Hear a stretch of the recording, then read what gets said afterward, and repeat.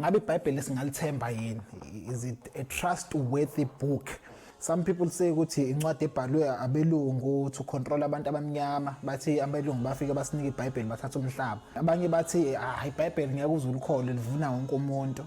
Abanye bathi kunezinto ezingama-suggestions ezingawona ama-commands, but we believe iBhayibheli because lizwi likaNkulunkulu. We believe iBhayibheli because we have spent time to research and find out how it got to be what it is. We are not some ignorant people abangafuni ukwazi ukuthi iBhayibheli lifike kanjani, solikholwa nje linjengoba linjalo. But the main reason why we believe izwi likaNkulunkulu, it's because uNkulunkulu usipromisile ukuthi uzoligcina li-pure.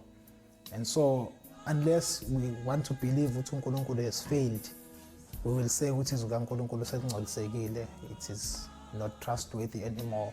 There are many alterations that have been made. We cannot believe in it. We cannot put our trust in it. But if we believe uJesu lokakusho mayithi the law and the prophets will not pass away, my words will not pass away, then we have to believe ukuthi uNkulunkulu really did keep that promise.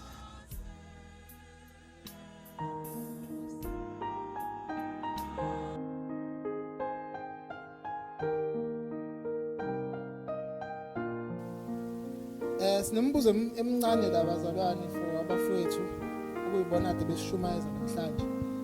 Akuzoba isikhathi eside, soba isikhathi esifishane. Imbuzo ethi direct and we need direct answers. Namhlanje sikhuluma ngendaba yemusic and worship in the church. And I just want us to address some few things engicabanga ukuthi ziyama hot topics when it comes to lento ade sikhuluma ngayo namhlanje. First of all, kunento edumile ekuthiwa ekubizwa ngokuthi ithomoyi. Ngicela sonke siyayazi. Angibonanga noyedwa ke shaya ithomoyi namhlanje. Mhlawumbe umunye uzothi uDavid phela wadansa nje, wadansa waziwa ukuthi iBhayibheli wazi waba naked. Why thina singadansi ibanjwe phansi ibanjwe phezulu sirole siphahlaza.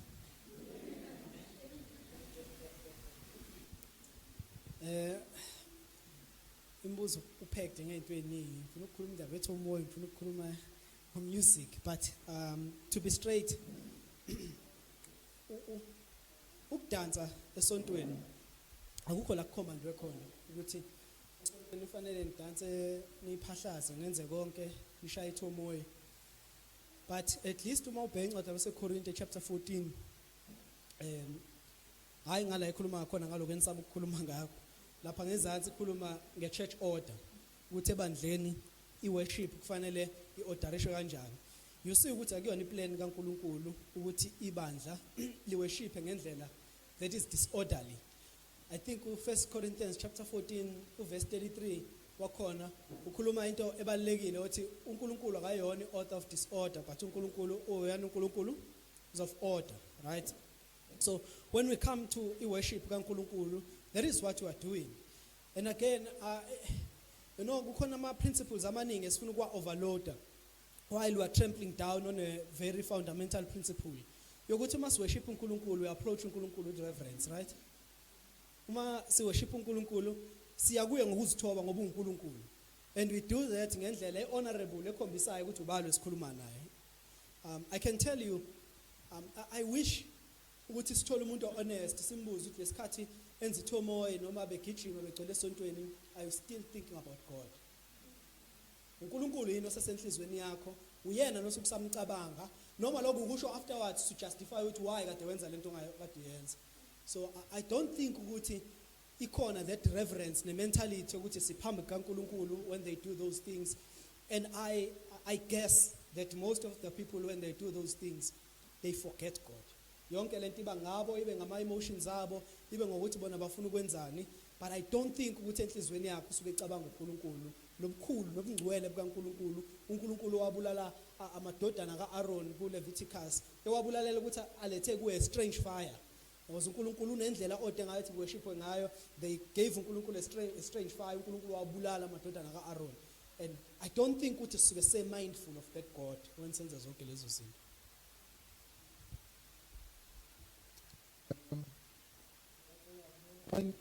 opinions yadlula. Okay. Okay, umbuzo olandelayo. Umfowethu uzangazibuka. Why kumele sicule icule liphelele kunokuthi sikhethe ivesi elilodwa? Ke wayimention into enjalo ukuthi umuntu akangathathi leli vesi alithandayo bese lokho egijima ngalo nje. Why kumele sicule icule lonke icule?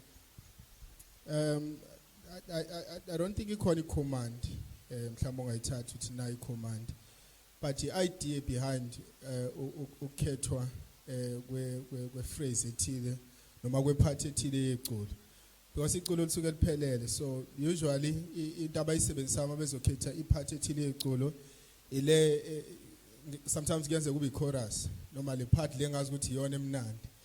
I-aim akusikona ukweshipha uNkulunkulu as umfowethu umkhezi kadesho. I-aim excitement ukwenza ama emotions athile. So and another thing bazalwane njoba bathi ngisho ukuthi umusic wethu ureflecta iqiniso. There is a lot we know and we want to proclaim. So ayenzi sense ma ku line owodwa. There is a lot. Actually amaculo ethu mele abo 10 minutes 15 minutes just proclaiming the truth, because there is a lot. So music wethu i-reflection yaloko esikholwayo naloko esikufundisayo. So kuningi esikholwayo ngoNkulunkulu, kuningi esikholwayo ngoKristu, kuningi esikholwayo ngecross, kuningi even ama-testimonies esinayo izinto uNkulunkulu ezenza empilweni zabazalwane. So there is a lot. So ayikwazi ukukusummarizeka eculweni noma kulayini owodwa. So that's why bazalwane kunama-hymns and ama-hymns elanda isitori esikhulu eside, because ayi-reflection yaloko esikholwayo naloko esikufundisayo. Why do they choose certain portions of iculo? That's what they do to the word of God. It reflects indlela vela abatreata ngayo izwi likaNkulunkulu. They take ama-portions abawathandayo and overemphasize them. They do the same to the songs. It just reflects indlela aba-interacta ngayo namaqiniso kaNkulunkulu ukuthi kuzothi kufika into ethize iphelele in a full set, they'll make sure that they pick their favorite lines to prove the point they want to prove. So the point I want to make is that as they pick those lines. It's what they do to the word of God. It reflects value attitude yabo even to the Bible itself. Yeah. Ake sikhulume ngumusic wanamhlanje. Maningi ama gospel artists. Maningi gospel music. Uzadlala ngeSunday la kusuke kuthiwa khona kuzodlala gospel music. Sometimes mulalele you don't hear much of gospel. But ake ngibuze lo mbuzo nje. Yini wrong ngegospel music yanamhlanje? What's missing? A lot is missing. Oqala gospel music yanamhlanje kumisa gospel itself. The only thing that's left is music. The gospel is not there.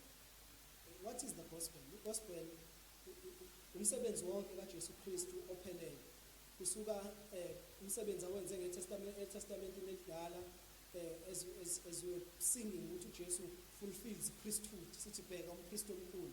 Kuze emsebenzini uJesu ezalwa, ephila, efa, evuka, ekhuphuka ezulwini, ehlezi ezulwini esincengela kuBaba kuze kuyofika ekubuyeni kwakhe. All of that is missing in music namhlanje. The only thing that's left is music. And it is not worth the use yegama lika Jehovah in substitute of igama lika Jesu. It's the only coincidence kwenza njalo. It is because there's many religions abiza uJehova. So you want to sing so that ube ne-audience eningi, ushembe uzoyithenga uma kuwukuthi ubiza uJehova, nobani bazoyi, because wabiza uJesu, you are excluding. That is not the gospel. And we should, bazalwane, be able to separate just music and gospel music. Gospel music, ngenxa gospel. If a gospel is not portrayed in that music, therefore that's not a gospel music. So I think people have taken a genre ethize, benza ngayo imali ngayo, bamisa ngisho igama layo, mathi gospel kuyo ngevangeli, we must hear the gospel. You know, kade sikhuluma no bahle insibini talking about gospel music kwakudala. Sikhuluma ngabantu abanjengomaphoyisa Solundi, abantu ababenjengo Derek Nzimande, saying those people, only if we knew ukuthi labo bantu babesondele kanjani eculeni lento edingala, we would have appreciated them. Because if you go back to gospel singers akudala akhona nakho ngeyikhathi zakhona nabo bebe bad, but if uzama ukuqhathanisa njengamanje, there's a huge difference. There's a huge difference. There's not a drop of truth in most of izinto eyibizwa ngokuthi gospel music yanamhlanje. Just prosperity, izinto eyithiklisha indlebe zabantu, izinto ezikutshela ukuthi uzoba ngcono. Nazathi ungayidlala le nto over and over again, ngeke edify izokutshela ube ngcono, ube nenkinga nesono sakho sihlale nawe kuze kube phakade. You need to scrap the thing off. It's not gospel music. Just call it music, not gospel music, unless there's gospel in it. And I think okunye ongekho for sure umoya ngcwele, because music wethu we drive noma ukusebenza kamoya ngcwele empilweni zethu. So umoya ngcwele yizwi likaNkulunkulu. So ama artists amaningi ayibiza ngama gospel singers awasindiswanga. Impilo zabo ziyakuveza lokho, ama associations abo ayakuveza lokho. Sometimes bakhipha iculo beyibona, sometimes bahlangane nabantu abacula umaskandi bakhipha iculo. Ibusiness akusiwona spiritual music, akusiwona music oza ngokusebenza kamoya ngcwele enhlizweni zabo, but ibusiness babone la khona kukhona imali khona. So singababiza nje ukuthi bawo businessman, because mo businessman ubuka ama opportunities bese usebenzela ama opportunities ukwazi ukuyitholela imali. So that's why they inventa izinto. Khona nje inyanga yala eThekwini eyakade yenzile inkonzo yababiza bonke ama gospel singers, but siyamazi ukuthi uyinyanga, and nawe uyakusho lo ukuthi uyinyanga bahamba baya khona futhi.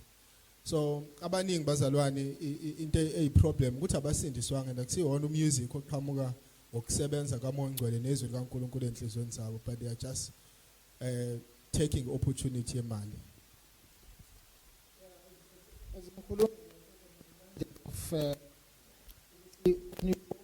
Esikhathini sakudala and you just look at amaculo ayeculwa khona, you can see ukuthi even engathi bewabhala amaculo abo amanye ayengawona ama-original hymns, they had the understanding of the gospel.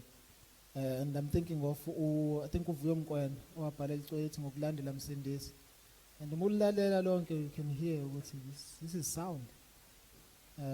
This is sound. Abantu abanjengoba Sibuyele kuJehova, listen to ama-album abo, you can hear ukuthi at least they have a grasp of gospel. And then you have abantu abafana nendoda iStairs. Yeah, akayazi indoda iStairs umkhizi.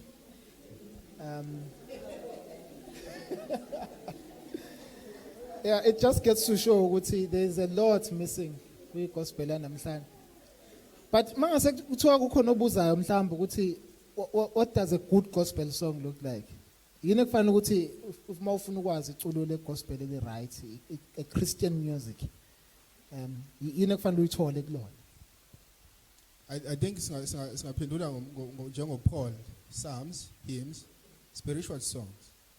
So it's either sithatha incwadi yamahubo siyiphendula siyenza music, noma sicula ama-hymns, sicula ngoNkulunkulu, sicula ngoKristu, sicula ngomoya ngcwele, sicula ngesiphambano sikaKristu Jesu nomsebenzi uKristu Kristu awenzile esiphambanweni. Njengoba nje sisizwa abazalwane ama-songs amaningi ecula ngomsebenzi uJesu Kristu asenzele wona esiphambanweni, noma sidlulisa ama-testimonies ethu ngezinto uNkulunkulu azenzile, and spiritual or biblical testimonies about izinto uNkulunkulu azenzile empilweni zethu. So I think the gospel, the redemption, the work of Christ on the cross should be center your music. Yeah, and what la abacula zingoma ezikumotivateayo, izinto zakho ezizoza, the things are coming. Motivate abo, I'm helping the people struggling shy. Yeah, for sure scripture sinayo motivation, and eBhayibhelini baningi abantu abebestrugglisha. Yeah, nje kwincwadi kaPeter ubhalela abazalwane akade bepersecutwa, and uma motivate ngani ngezulu ukubuya kaJesu Kristu. So imotivation ayisho izinto zizoba right, ithi kunezwe elingcono kunaleli. So yes, scripture sinayo motivation, we do motivate, but ngezwe likaNkulunkulu hayi ngokwendlela yaleliso. Yeah, all right, ake ngibuze lo mbuzo. Ufuna ukubona ukuthi impendulo izofana yini.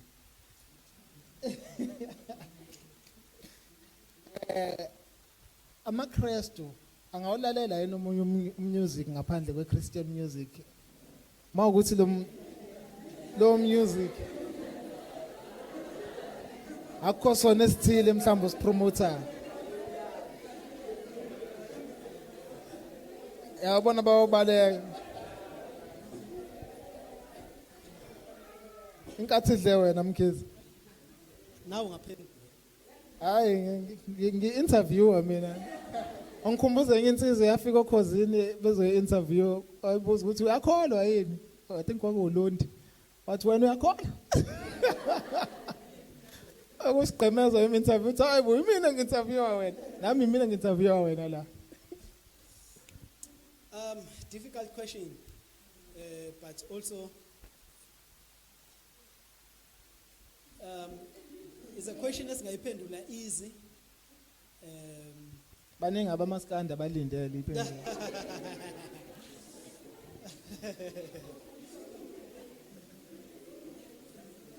I would say with music, rather than going to give a positive which you can listen, I can say you can be cautious. I remember ukuthi sakusana inkinga yomunye umzalwane nje dala wayesindiswe ethanda umculo ekuthiwa Eminem. So uthi ithina uzomlalela uEminem bese sifisa inhlamba eculweni kaEminem. It can't be sayena Eminem. Yeah, it's incomplete. You are just going to say with your mind inhlamba. You're not going to say it ngomlomo wakho because uyazi isikhala sakho. So I would say be very selective. Asikhulumi la ngomculo ebandleni. There is one thing that I want to address also. Secular music, sometimes the secular music, you can listen only if it does not promote any form of thing that contradicts the Bible. If there is not a single principle that is violated by the song as a Bible, you can sing it. It's not a problem. It's not for edification, just for fun. Right? If there is not a single principle in the Bible that's being violated by that song, I could say you can sing it, and you cannot, Mama Tan. There's not a problem with that, but I would say be very selective with the songs that you are singing. Njengabo maskandi, half the time omaskandi man baqaphe bayathukana ngithi akusho kusho ukuthi la ngoba khona abagqoko white sebehamba nenye insizwa yangale mtuba. It's not like that, right? Asikwazi awukwazi ukungena kuma beefs nithukane kube yini yonke leyo. You must be able to be selective with songs.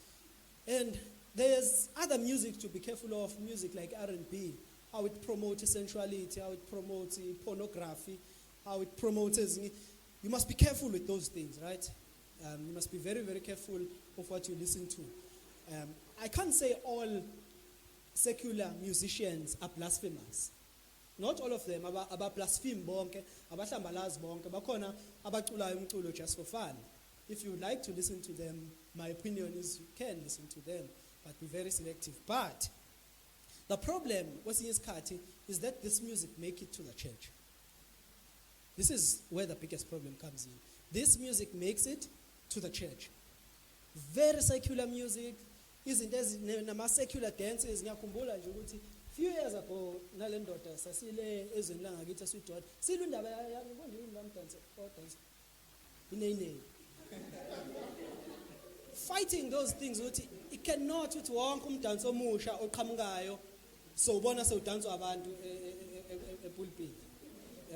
So the problem with those things is once you spend more time in them, they end up making it to the church.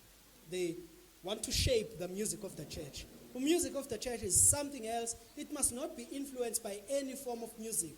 Any form of music. For example, hamba wonke amasonto lawo uzofica iculo kuthiwa wababiza unowabakhela inqanawa.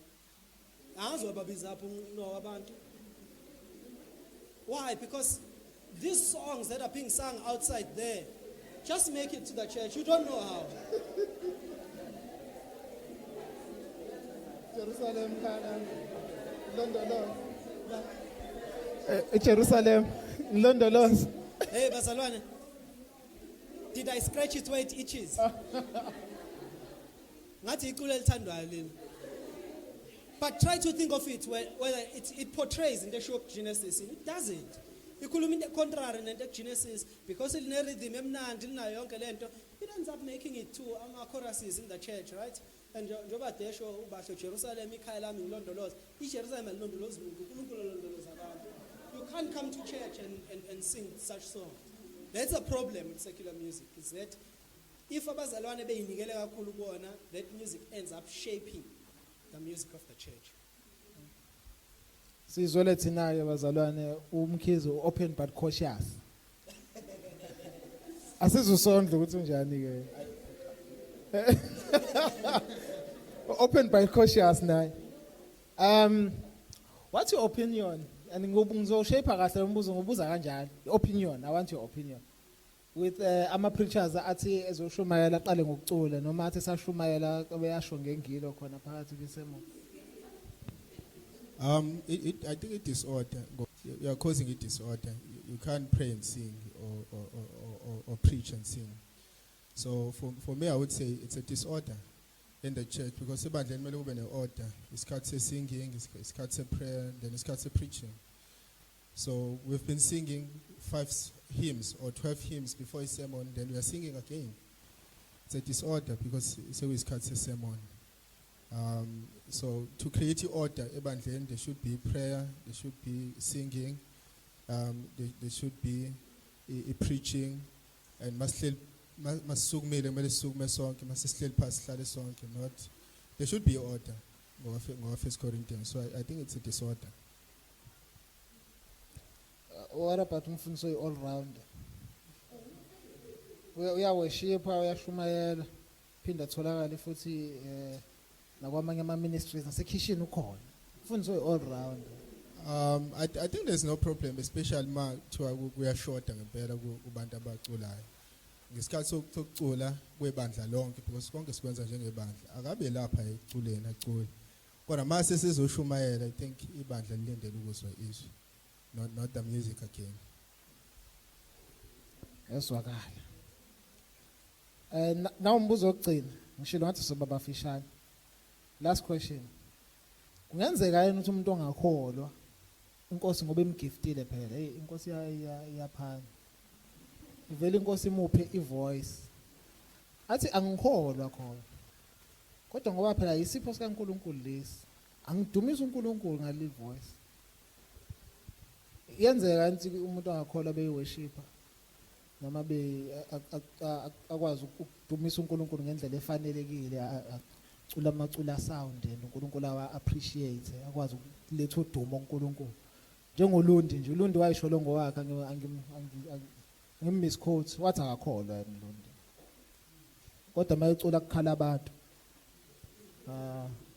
wathi yena ibusiness yakhe ngoba neBhayibheli alithola mahala liyathengwa naye wenza imali sibenze njani abantu abanjalo kuyenzeka umuntu ongakholwa ukwazi ukuworship uNkulunkulu. If that is possible, I think ngadinga ukufundiswa ukuthi yini worship. I think if possible ukuthi umuntu angakholwa worship uNkulunkulu, then I don't know what worship is. Lento ayikho just about having a good voice. It is not about ukwazi ukucula, not being able ukuthi mhlawumbe ukwazi ukudlala insimbi njengawe ngicebisa ukwazi ukudlala insimbi. It's not about that. Worship uNkulunkulu, ukucula is one of the ways expressing as a worship uNkulunkulu. So to have a worshipper or an unbeliever, either ngazi ukuthi yini unbeliever or ngazi ukuthi yini worship or ngazi ukuthi yini believer. In my opinion, that is impossible. You cannot worship uNkulunkulu ungakholwa. Actually, there's no point of worshiping uNkulunkulu ungakholwa. This is one thing we must remember. Why is our worship accepted to uNkulunkulu? Through Jesus Christ. Ngoba uJesu uthatha izono zethu asinika ukulunga kwakhe siyamkeleka kuNkulunkulu. Ayikho iworship ekwazi ukudlula uceiling board lo iye phezulu. uJesu Kristu engekho. It cannot be. The only way sikwazi ukuapproach ngayo uNkulunkulu uJesu Kristu ngoba uJesu sifele wasinika ukulunga kwakhe samkelekile kuNkulunkulu siyakwazi ukuworship uNkulunkulu. uma engekho uJesu empilweni yomuntu ayikho worship kaNkulunkulu kulo muntu. It cannot be. It cannot. If that is possible, bazalwane, I am an unbeliever myself. I need to know everything kuNkulunkulu. Ukuthi uNkulunkulu kanti yena ubani? I-worship kanti yini? I-believer yini? Unbeliever yini? It cannot be, bazalwane. It cannot be. That is why kufanele si scrape out even the system yokuthi emabandleni especially kufika umuntu evakashile for the first time and akaziwa umuntu ebandleni azwakala nje ngoba lapha emuva unesoprano emnandi bese kuthiwa usiqalela iculo uzosiweshiphela. That is why we have to take sometimes risks of not having keyboard players if we don't have believing ones. We must be bold enough to just sing our voices out because akekho kholwayo bona. Bazalwane, uNkulunkulu one day will kill us. If siqhubeka iworship kaNkulunkulu sicanga ukuthi umdlalo uNkulunkulu one day uzosibulala. uNkulunkulu one day uyosibulala bese kuthiwa enye into akuyena uNkulunkulu. Wena uNkulunkulu uqobo lwakhe kuyena osibulalayo ngale nto esenzayo. I-worship kaNkulunkulu is something very sacred. If you go to Leviticus ubone into ebeyenzeka before abantu bakwazi uku-approach uNkulunkulu. It's amazing ukuthi kungena umuntu nje la izolo kade enze enye into angena namhlanje athi mina ngumdumisi kaNkulunkulu. It's not about voices. Worship is what you do every day. Worship is life. It's not singing. It is life. Indlela oyiphila ngayo phila impilo worship hayi ukuthi worship uculo. Worship is your lifestyle. You live impilo yakho to the glory of God. Then you are a true worshipper. John 4:24 uthi uJesu siyazi isikhathi la khona uNkulunkulu sifunela abantu abanjani abamzomdumisa ngomoya nangeqiniso, spirit and in truth. And yona kuphela indlela esikwazi kuba ama-worshipers ngayo. It is when we worship him ngawo konke esiyikho nangeqiniso lakhe. Iqiniso likaNkulunkulu is found nowhere except in the word of God. But i-worship yethu ayikwazi kwamukeleka ngaphandle kaJesu. No Jesus, no worship. Amen. And also one thing, uma kukhona umuntu okopelayo amaculo aculwa abazalwane bese ezama ukwenza imali ngawo engakholwa yena, angimele simsupport njengabazalwane. So noma acula amaculo amnandi kodwa masiyazi impilo yakhe ukuthi akaphili kahle, angimele njengabazalwane simsupport. Angimele suthenga umusic wakhe, angimele siwadlala amaculo akhe because yena uyi-non-believer, but ngenze ukuthi ukopela amaculo ecilongo awacule noma ukopela nje amaculo awezwile ecula abazalwane then bese awasebenzisa ukwenza imali. So I don't think we should support those people. Yeah, as ngikhuluma nje bafethu ngicabanga lesa stories lapha kwi-Old Testament la khona insizwe yazama ukusupporta i-ark. uNkulunkulu wayelahla phansi wayebulala. And ngiyacabanga nje ukuthi umuntu yena ucabanga ukuthi mhlambe kukhona into ayi-edayo kwi-righteousness yakhe mayithi mayisedake walala phansi akhale bese acula i-gospel. Ukuthi hawu bakithi kunensila ukukholwa. Kanti it's just u-edi ulaka likaNkulunkulu phezu kwempilo yakhe. It's one thing ukuza kuNkulunkulu emva kokufa ungakholwanga uyena unezono zakho. It's another thing ukufika kuNkulunkulu unezono zakho ungakholwanga uyena bese waphinda futhi wanyathela igama lakhe ngokuthi umbize ngeindebe engalunganga. I think you're just edulaka nje likaNkulunkulu phezulu kwempilo yakho. It would be a fair warning uyinika umuntu ongakholwa. Njalo uma umbona umuntu ethi fana lento abantu abathanda ukufunga ngoJesu. Umuntu bayidiniwe nje avela athi Jesus Christ. Umbuzo uthi uyamazi lo Jesu Kristu ommemeza because edelulaka phezulu kwempilo yakho. Njengoba unezono nozofanazo nobungakholwa ufike esihogweni uedesinye manje uthinta igama likaNkulunkulu ngeze. And the same thing umuntu mayise edakwa bese adakelwe egameni likaNkulunkulu. Give them a fair warning ukuthi njengoba uthi umudakiwe nje udakelwe egameni likaNkulunkulu lezi zono zakho eziningi siyaedeka nalezo. So shisa kakhulu esakho isihogo. Ngicabanga ukuthi asivaleni bafethu njengoba yade ngipromisile ukuthi sizoba bafishane. Sivala amehlo. uNkulunkulu wethu ophilayo isenkosi sethu Jesu Kristu siyabonga Nkosi. Waze wanomusa kithi. Wanomusa Nkosi ukuthi wasibizele insindisweni. Wanomusa Nkosi ukuthi wasenzisa lazi iqiniso lezwi lakho. Wanomusa Nkosi ukuthi wasihlanganisa. Wanomusa uNkulunkulu wethu namanje sihlanganiseni kwethu sihlanganisanga ngeindaba kodwa wasihlanganisa ngeindaba. Siyabonga uNkulunkulu sinamandla le ndaba wasipha yona ngoJesu Kristu. Eyindaba endala kodwa sithi njalo masizwe isithokozise. Siyabonga babethu namandla sisazo hlukana siye endaweni ezihlukene. Wangathi Nkosi usuku lwanamhlanje ngahlala njalo inkento ezinhlizweni zethu. Wangathi njalo uhlangana nabazalwane kanjena ngahlala njalo kuyinto esiyilangazelelayo. Sicela konke lokho egameni likaNkosi Jesu Kristu.